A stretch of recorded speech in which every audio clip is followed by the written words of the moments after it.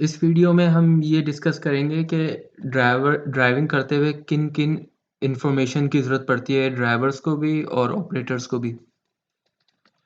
तो ये ड्राइवर की केबिन होती है। इसमें आपको मतलब स्पीड भी शो हो रही होती है ड्राइवर को और इसके अलावा इधर टेलीफ़ोन भी होता है जिस पे वो ऑपरेटर से बात भी कर सकता है। ब्रेक्स हैं, सिग्नल्स से रिलेटेड है, कैमरास लगे हुए हैं, जो ट्रेन में कैमरा लगे हुए होते हैं, उधर से भी वो देख रहा होता है और भी काफ़ी सारे ऑप्शंस होते हैं। तो ड्राइवर को जो इन्फॉर्मेशन दी जाती है या ये समझ लें ड्राइवर को जिन इन्फॉर्मेशन की ज़रूरत होती है, वो ये कि स्टेशंस कौन-कौन से हैं और कितनी-कितनी दूर हैं स्टेशन और क्या सीक्वेंस है स्टेशंस का, ये उसको पता होना चाहिए ड्राइवर को। इसके अलावा उसको ये भी बताया जाता है कि मतलब सिंगुलर पॉइंट्स बताए जाते हैं। सिंगुलर पॉइंट्स मतलब जैसे फॉर एग्ज़ाम्पल लेवल क्रॉसिंग हो गई, जहाँ जैसे ट्रेन और रोड एक ही लेवल पर हों, वहाँ सिग्नल्स वगैरह लगाए जाते हैं, जैसे कि इधर है। तो ड्राइवर को ये भी पता होना चाहिए कि कहाँ ये लेवल क्रॉसिंग्स हैं, क्योंकि ज़ाहिर है फिर वहाँ सिग्नल भी होगा, क्योंकि कभी जब कार गुज़र रही होगी, तो फिर ट्रेन को रुकना होता है। तो स्टेशंस का और इस तरह की लेवल क्रॉसिंग्स का ड्राइवर को इल्म होना चाहिए। इसके अलावा ड्राइवर को ये भी बताया जाता है कि आपकी ट्रेन है कैसी, उसकी ट्रैक्शन पावर क्या है, मतलब इलेक्ट्रिकल ट्रैक्शन है, डीज़ल ट्रैक्शन है और उसकी स्पीड क्या हो मतलब स्पीड क्या हो सकती है, कितनी स्पीड से ये चल सकती है और इसकी ब्रेकिंग पावर क्या है, कितनी इसकी परफॉर्मेंस क्या है ब्रेक करने में। इसके अलावा सिग्नल्स के बारे में उसको बताया जाता है कि सिग्नल्स किस तरीके से हैं और कब कौन-सा सिग्नल चल रहा है, कब उसको मूव करना है, कब उसको रुकना है। सिग्नल्स रीड करना तो ख़ैर उसको आने चाहिए, लेकिन एज़ अ इन्फॉर्मेशन उसको बताया जाता है कि अभी ये सिग्नल है, रेड है, अभी ग्रीन है। तो वो जो सिग्नल्स हैं नॉर्मली इसकी इसकी केबिन के अंदर जो स्क्रीन्स हैं, उनमें ही शो हो रहे होते हैं। उसको देखना ना भी पड़े, मतलब अगर दिख भी नहीं रहा अगर सिग्नल बाहर विंडो से, तो वो अपने स्क्रीन जो उसके पास लगी हुई है, उधर से भी सिग्नल्स को रीड कर सकता है। इसके अलावा उसको ये इन्फॉर्मेशन दी जाती है कि हर सेक्शन का मतलब है 2 स्टेशंस के दरमियान जो ट्रैक है, वो सेक्शन कहलाएगा। हर सेक्शन में उसको पता होना चाहिए कि वो उसको कितनी स्पीड अलाउ है या ये समझ लें कितनी स्पीड से उसको अपनी ट्रेन रन करनी है। क्योंकि इसी के हिसाब से शेड्यूलिंग की जाती है, अगर स्पीड कम रखेगा तो वो लेट पहुँचेगा, स्पीड तेज़ करेगा तो फिर वो जल्दी भी पहुँच सकता है लेकिन अ, सेफ्टी इश्यूज़ होते हैं। तो उसको हर सेक्शन की स्पीड उसको ड्राइवर को बताई जाती है। और उसको ये भी बताई जाती है कि स्पीड रिस्ट्रिक्शंस कहीं पे हैं, कहीं स्लो करनी है। जैसे कि आपको लास्ट वीडियो में बताया था कि अर्बन एरियाज़ हैं, जहाँ घर वगैरह हैं, वहाँ आपको स्पीड लो करनी होती है ताकि शोर वगैरह कम से कम हो। इसके अलावा उसको टाइम टेबल भी बताया जाता है कि किस वक़्त किस स्टेशन पे पहुँचना है और कितनी देर उस स्टेशन पे रुकना है। तो वो जो है सर्विस टाइम टेबल उसको ड्राइवर को बताया जाता है। तो ये सर्विस टाइम टेबल है, ये थोड़ा इस तरीके का लगता है। ये ख़ैर पुराना है और अब जो है डिजिटल वर्ज़न आते हैं, उसमें वो स्क्रीन में ही उसको सब कुछ दिखा तो होता यही फ़ॉर्मेट है। पहले पेजेज़ में होता था, अब ये डिजिटल फ़ॉर्मेट में आता है। इसको ये ड्राइवर के पास होता है इस तरीके का। तो अगर इसको थोड़ा करीब से देखें तो अम, जैसे फ़ॉर एग्ज़ाम्पल ये रोमा टर्मिनी से निकली है बस और ये किसी डायरेक्शन में जाएगी, मतलब किसी डायरेक्शन में आगे जाना है उसको और ये रीजनल ट्रेन है। तो ड्राइवर के पास फॉर एग्ज़ाम्पल जैसे यहाँ से स्टार्ट होती है, ये चेंजेज़ है इसकी, यहाँ 0 है फॉर एग्ज़ाम्पल, अब ये 2.3 किलोमीटर दूर है, ये जगह 8.9 किलोमीटर दूर है और ये 7.37 किलोमीटर दूर है यहाँ से, ये 3.76 किलोमीटर दूर है। इस तरीके से डिस्टेंस यहाँ शो हो रहे होते हैं। यहाँ उसको ट्रैक्स का पता चल रहा होता है कि कौन से सेक्शन में कितना ट्रैक है। जैसे ये स्टेशन है, इनके दरमियान ये जो जगह है, ये सेक्शन कहलाएगा, लाइन का सेक्शन। तो यहाँ कितने ट्रैक्स इसको अवेलेबल हैं, ये पता चल रहा होता है। स्पीड का इसको पता चल रहा होता है। यहाँ देखेंगे स्पीड है ए, बी, सी। ए का मतलब है कि अगर आपकी एक्सेलरेशन आप 0.6 अलाउ है, तो ए वाली स्पीड आप फ़ॉलो करोगे एज़ अ ड्राइवर और आपको बी अलाउ है मतलब ये 0.8 हो सकता है और अगर आप सी है तो कम्फर्ट वो 1.0 मीटर पर सेकंड स्क्वायर की एक्सेलरेशन अलाउ है, तो आप ये स्पीड फ़ॉलो करोगे, जो कि थोड़ी ज़्यादा होगी। तो ज़ाहिर है जब जब ये स्पीड फ़ॉलो होती है तो फिर कम्फ़र्ट लेवल बढ़ाना पड़ेगा, क्योंकि ट्रेन के अंदर आपका कम्फ़र्ट लेवल फिर हाई हो, ताकि लोगों को इतनी एक्सेलरेशन की वजह से उनको परेशानी ना हो। मेट्रो में भी यही होता है, 1.0 मीटर पर सेकंड स्क्वायर। वहाँ कम्फ़र्ट लेवल इतना ज़्यादा दिया नहीं जाता, क्योंकि ड्यूरेशन कम है। बहुत 10 मिनट के लिए, 15 मिनट के लिए खड़ा होना था, तो फिर ये चल जाता है इतना एक्सेलरेशन। लेकिन बड़े सफ़र के लिए इतना एक्सेलरेशन थका देता है, तो उसके लिए फिर आपको ट्रेन के अंदर ज़्यादा कम्फ़र्ट लेवल देना होता है। तो ड्राइवर इस तरीके से फ़ॉलो करता है। एक और तरीके का भी वो होता है, टाइम टेबल होता है, या शेड्यूल कह लें आप। इस तरीके से भी होता है। इसके अंदर स्लोप्स भी दिए हुए हैं। ये एसएसआर लिखा हुआ है, एसएसआर है जो भी इटालियन में, इसका मतलब है असेंडिंग स्लोप, मतलब चढ़ाई है। तो जैसे सेक्शन के लिए बोल रहे हैं कि 10 लिखा हुआ है, 10 पर 1000 स्लोप जो दे रहे हैं। तो इसका मतलब ये नहीं कि थ्रू आउट 10 पर 1000 होगा, मतलब इस सेक्शन में ज़्यादा से ज़्यादा 10 पर 1000 स्लोप इसको मिलेगा, इससे कम भी होगा, लेकिन इससे ज़्यादा नहीं होगा। ये इस तरीके से स्लोप्स लिखे हुए होते हैं। यहाँ स्टेशंस के नाम लिखे हुए हैं, ये डिस्टेंसेस वही डिस्टेंसेस हैं। ये सिग्नल्स हैं, ये सिग्नल्स की डिटेल्स हैं। सिग्नल्स को वैसे हम नेक्स्ट चैप्टर 5 जो होगा उसमें उसको डिटेल में पढ़ेंगे। तो सिग्नल्स के बारे में भी इधर ज़िक्र होता है। तो इस तरीके से ड्राइवर्स को इन्फॉर्मेशन दी जाती है। इसके अलावा अगर आप देखो कि प्लानर को किस तरीके से शो होता है ये सर्विस टाइम टेबल, प्लानर्स और सर्विस मैनेजर्स को किस तरीके से देखते हैं, वो इस तरीके से आता है। यानी एक स्पेस टाइम डायग्राम होती है। यहाँ वाई एक्स एक्सिस में टाइम वो चल रहा होता है, और वाई एक्सिस में स्पेस। तो फॉर एग्जांपल, जैसे आप ये देखें, ये ट्रेन, ये 18 बज रहे हैं, मतलब 6 बज रहे हैं, ठीक है। 6 बजे ये ट्रेन निकल रही है। अच्छा, ये जो लाइन है हॉरिजॉन्टल लाइन, ये स्टेशंस हैं। जैसे ये बसानो तेवेरिना है, और ये अलग-अलग स्टेशंस हैं सारे। ये बनी हुई स्टेशंस हैं, और ये ट्रेन चल रही है। फॉर एग्जांपल इसको फॉलो करते हैं, तो ये ऊपर नहीं जा सकती यूँ सीधा। क्यों? क्योंकि ऐसा नहीं हो सकता कि वो यहाँ से यहाँ तक जाए, मतलब स्ट्रेट जाए, और जैसे फॉर एग्जांपल ऐसे सीधा नहीं जा सकती। क्यों? क्योंकि ऐसा नहीं हो सकता कि सीधा जाए और टाइम कवर ही ना हो। ये तो ऐसा हो गया कि आप यहाँ हो और बगैर टाइम यूज़ हुए आप यहाँ पहुँच गए। तो ये टाइम और स्पेस डायग्राम डायगोनल्स में ही बनती है, कि टाइम भी यूज़ हो रहा है और आगे की भी आप बढ़ रहे हो। जा रहे आप स्ट्रेट ही हो, लेकिन ये टाइम इधर चल रहा है, तो मतलब आप टाइम भी बढ़ता रहेगा एक्स में, और वाई में आप आगे भी जाते जा रहे हो।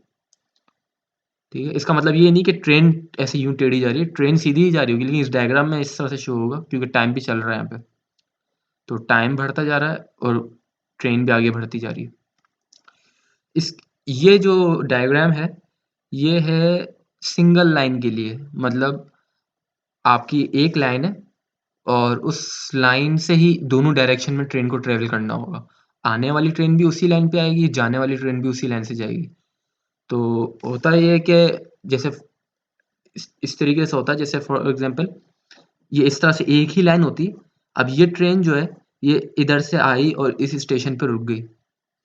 अब इस ट्रेन को इधर जाना था ना, तो वो ऐसा आके स्टेशन से क्रॉसिंग करके मतलब ये जो क्रॉसिंग होती है, ये स्टेशंस पे होती है, और उसको बड़ा कंट्रोल किया जाता है, क्योंकि एक ट्रैक है, आने वाली ट्रेन भी इससे जाएगी, जाने वाली ट्रेन भी इससे जाएगी, तो एक्सीडेंट के काफ़ी सारे चांसेस होते हैं। तो ये जो पास करती है ना एक-दूसरे को, वो आपके स्टेशन पे ही करती है पास। अब यहाँ आपको दिख रहा होगा कि 2 ट्रैक चल रहे हैं, ये आगे चल के एक ही ट्रैक हो जाएगा। ये पास करने के लिए बस ये 2 ट्रैक देते हैं स्टेशन के पास। जब ये पास कर लेती हैं, थोड़ा आगे मूव करने के बाद ये एक ही स्टेशन एक ही हो जाएगा। तो अलोंग द लाइन एक ही ट्रैक होता है। बस पास करना होता है, तो स्टेशन पे पास होते हैं, और वहाँ डबल ट्रैक होता है, तो वहाँ दोनों ही पास हो जाती है।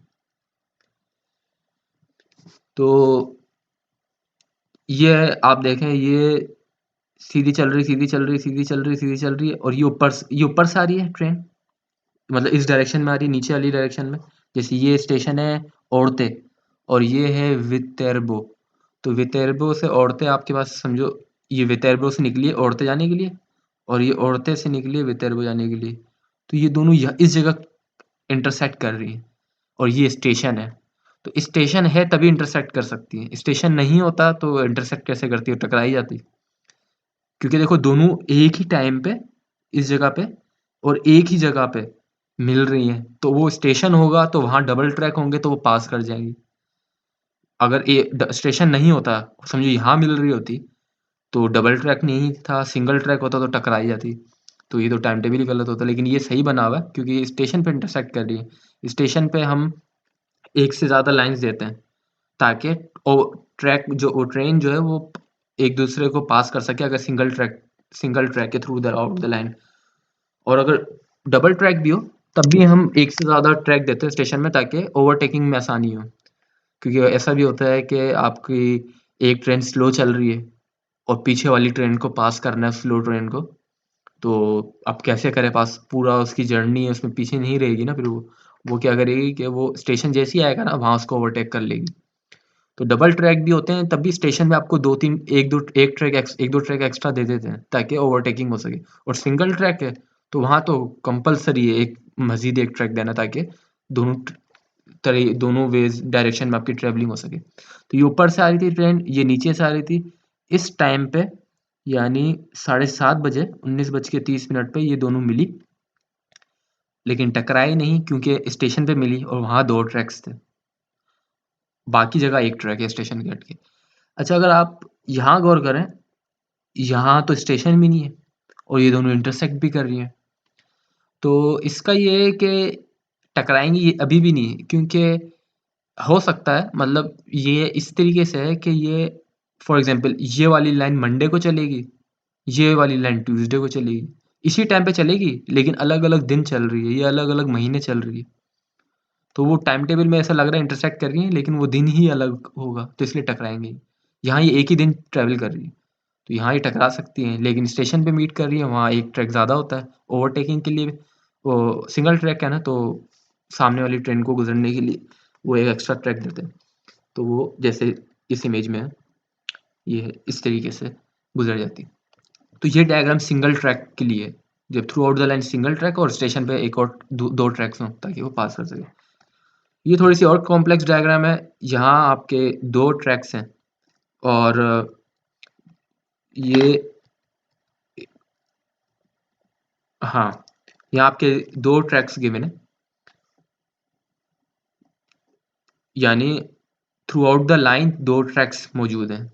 एक आने के लिए, एक जाने के लिए, और स्टेशन पे एक एक्स्ट्रा ट्रैक और होगा ताकि ओवरटेकिंग भी कर सकें। स्टेशन पे तो हमेशा वो एक्स्ट्रा ट्रैक देते ही हैं और ये सवाल एग्ज़ाम्स में भी पूछा जाता है कि स्टेशन पे एक्स्ट्रा ट्रैक्स क्यों होते हैं? क्योंकि सिंगल ट्रैक लाइन है तो ज़ाहिर है उसको तो ज़रूरत है, क्योंकि सामने वाले जो ट्रेन आ रही होगी उसको गुज़रना होगा अगर, तो वो स्टेशन पे ही उसको पास करेगी।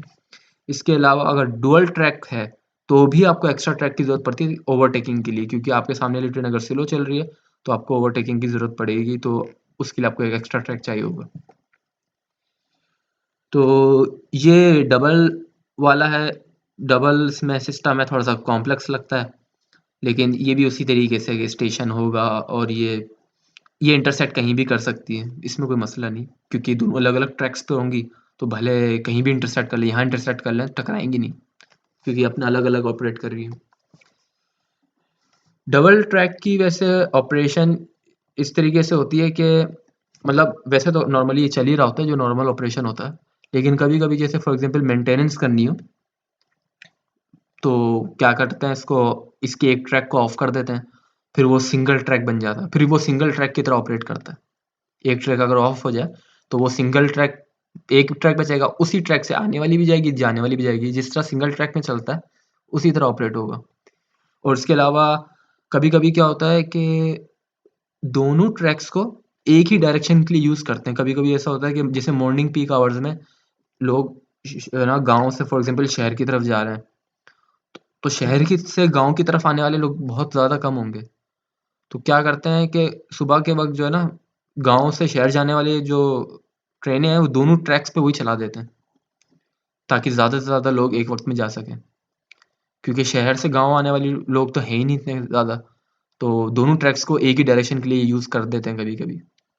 तो उसके लिए फिर सिग्नल यूज़ होते हैं, सिग्नल बाइनलाइज़ेशन प्रोसेस किया जाता है, सिग्नल्स लगाए जाते हैं और सब उसको मैनेज किया जाता है। इसके अलावा कभी-कभी ओवरटेकिंग के लिए भी दोनों ट्रैक्स मतलब एक ट्रैक है, वरना तो ओवरटेकिंग हम कहते हैं ना, स्टेशन में होगी ओवरटेकिंग कि एक ट्रेन आगे स्लो चल रही है, आप पीछे तेज़ चल रहे हो, आपको ओवरटेक करना है, आप दूसरे को ओवरटेक करने के लिए ना स्टेशन से ओवरटेक करो। तो कभी-कभी विदिन द लाइन भी आप ऑपरेट जो है ना ओवरटेक कर सकते हो। तो उसके लिए आपको फिर सिग्नल्स की ज़रूरत पड़ती है, वहाँ सिग्नल्स होंगे तो होगा ओवरटेक, वरना फिर ओवरटेक नहीं हो सकता, अपनी खुद से अपनी मर्ज़ी से ओवरटेक नहीं कर सकते। तो वो सिग्नल बैनलाइज़ेशन कहलाती है, जिसके थ्रू आप ओवरटेकिंग भी कर सकते हो विदिन द सेक्शन। स्टेशन में तो कर सकते हैं, विदिन द सेक्शन भी आप कर सकते हो सिग्नलिंग बैनलाइज़ेशन की मदद से। इसके अलावा एक ही डायरेक्शन में आप दोनों ट्रैक को यूज़ कर सकते हो, इसी सिग्नल बैनलाइज़ेशन की मदद से।